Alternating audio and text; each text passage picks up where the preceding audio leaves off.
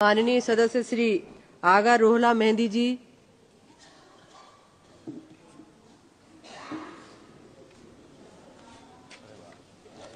Thank you madam chairperson. मेरे पास वक्त उतना ज़्यादा नहीं है, कम है, मैं पॉइंट पे आ जाता हूँ।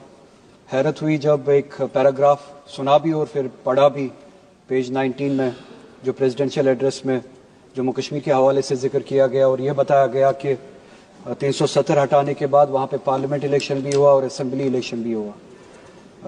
ताजुब है कैसे इस मुल्क को बेवकूफ़ बनाया जाता है। ये कोई पहली बार नहीं है कि असेंबली का इलेक्शन, पार्लियामेंट का इलेक्शन जम्मू कश्मीर में हुआ हो। 370 के होते हुए भी होता था, आपने नाजायज़ तरीके से 370 हटाया, उसके बाद भी इलेक्शन हुआ। 370 के दौरान भी लोगों ने जमहूरियत पे यकीन दिखाया, जमहूरियत के ज़रिए अपने फैसले किए और 370 के हटाने के बाद भी लोगों ने जमहूरियत के ज़रिए जवाब दिया। वो इलेक्शन होना कोई पहली बात नहीं है, कोई ख़ास बात नहीं है। इलेक्शन इससे पहले भी हुए, आज भी होते रहे, होते भी रहेंगे।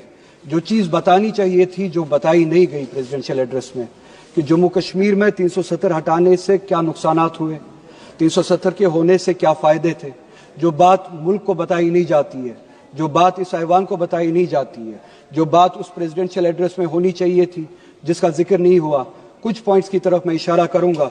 जो बात होनी चाहिए थी, हकीकत ये थी कि ह्यूमन डेवलपमेंट इंडेक्स अगर आप उठा के देखें 370 के होते हुए और 370 के बाद, 370 के होते हुए जम्मू कश्मीर कोई पिछड़ा राष्ट्र, पिछड़ा हुआ राज्य नहीं था, पसमानदा रियासत नहीं थी। 370 के होते हुए HDI के इंडेक्स पे, ह्यूमन डेवलपमेंट इंडेक्स पे जम्मू कश्मीर का शुमार 6ठे रियासत का होता था।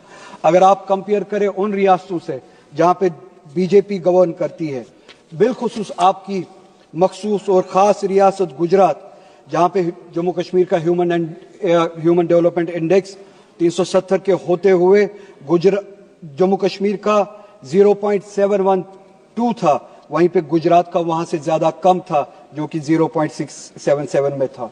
हरियाणा का जम्मू कश्मीर से कम था 0.702 पे, उत्तर प्रदेश का उससे भी कम था 0.596 पे, मध्य प्रदेश का जम्मू कश्मीर से बहुत ज्यादा कम था 0.606 पे, बिहार का 0.76 पे। काश उस तरफ तवज्जो दी होती। जम्मू कश्मीर पे जो तोहमतें लगाते हो, जो जबकि हकीकत कुछ और है। 370 के होते हुए जम्मू कश्मीर इन सब रियासतों से, जिसमें आपकी गुजरात भी शामिल है, बहुत ज्यादा बेहतर थी।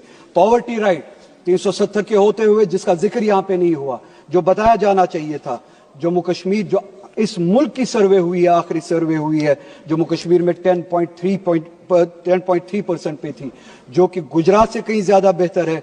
गुजरात जहां पे 16.6 की पॉवर्टी रेट है, परसेंटेज है, यूपी की 29.4% है, मध्य प्रदेश की 31.7 पॉवर्टी परसेंटेज है, बिहार की 33.7 और 370 के होते हुए उसी मुकाबले में जम्मू कश्मीर की सिर्फ और सिर्फ 10.3 पॉवर्टी रेट थी। ये बताना आप भूल गए।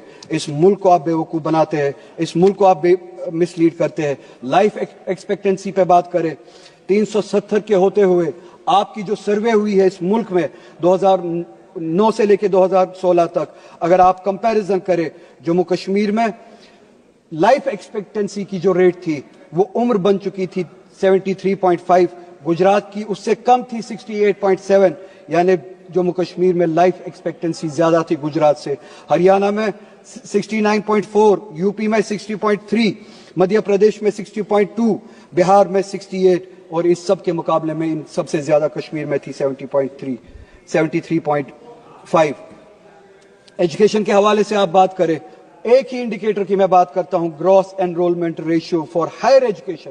जो हायर एजुकेशन में लोग दाखिला लेते थे, एनरोल करते थे, जम्मू कश्मीर में इन सब रियासतों से ज्यादा थी 370 के होते हुए।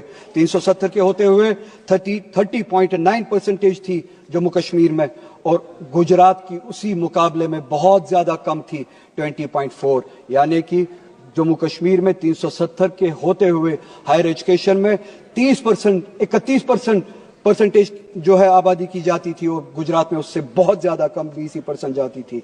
हरियाणा में 29.4%, यूपी में 25.8%, मध्य प्रदेश में 22.6%, बिहार में सिर्फ और सिर्फ 14%. ये है हालत जो कश्मीर की थी, जिस राह पे ये कश्मीर था.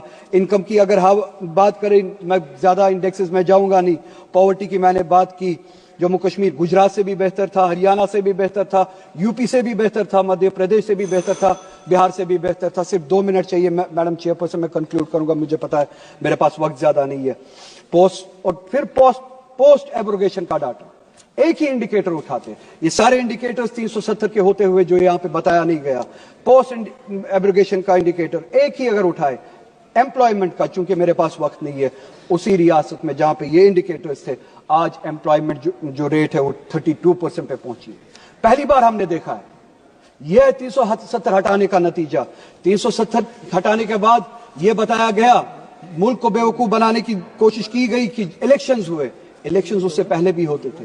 यह नहीं बताया कि इलेक्शंस के जरिए लोगों ने वहां पे क्या पैगाम दिया. इलेक्शंस के जरिए पैगाम दिया, असेंबली में रेजोल्यूशन पास हुआ, न सिर्फ 370 बल्कि कॉन्स्टिट्यूशन के जरिए इस रियासत को, जम्मू कश्मीर को, जो 1953 से पहले जो स्टेटस मिला था, असेंबली ने वो रेजोल्यूशन पास किया कि हमें तब तक ये स्टेटस कबूल नहीं है जब तक वो स्टेटस बहाल ना किया जाए. असेंबली के जरिए हालांकि मेरी वो ख्वाहिश नहीं है सिर्फ स्टेटहुड बहाल किया जाए यहाँ पे, मगर असेंबली के जरिए, और बहुत सारे लोग, सिर्फ 1 मिनट मैडम, सिर्फ 1 मिनट, बहुत सारे लोग आपके उन वादों पे उम्मीद लगाए हैं कि आपने यहाँ पे चलिए स्टेटहुड की बहाली के हवाले से वादे किए हैं, सुप्रीम कोर्ट में वादे किए हैं, वो वादे आप कब पूरा करेंगे और रेजोल्यूशन पे अमल कब करेंगे. जो स्टेटस था जम्मू कश्मीर का 1953 से पहले, वो एक दिन इस मुल्क को वापस करना पड़ेगा. और आखिर में मैडम, पूरे मुल्क में जो मुसलमानों की हालत है, मैडम कंप्लीट करिए प्लीज. सिर्फ 1 मिनट कंक्लूड करूंगा. पूरे मुल्क में मुसलमानों की जो हालत है, वो उस हालत के बारे में आप यहाँ पे जिक्र करना भूल गए. सुबह एलओपी ने भी जिक्र किया, उन्होंने भी अपने एआई रेवोल्यूशन का जिक्र किया, विजन का बताया. उस विजन के साथ ओबीसीज को जोड़ना भी चाहिए, पिछड़े हुओं को जोड़ना भी चाहिए, मुसलमानों को जोड़ना भूल गए.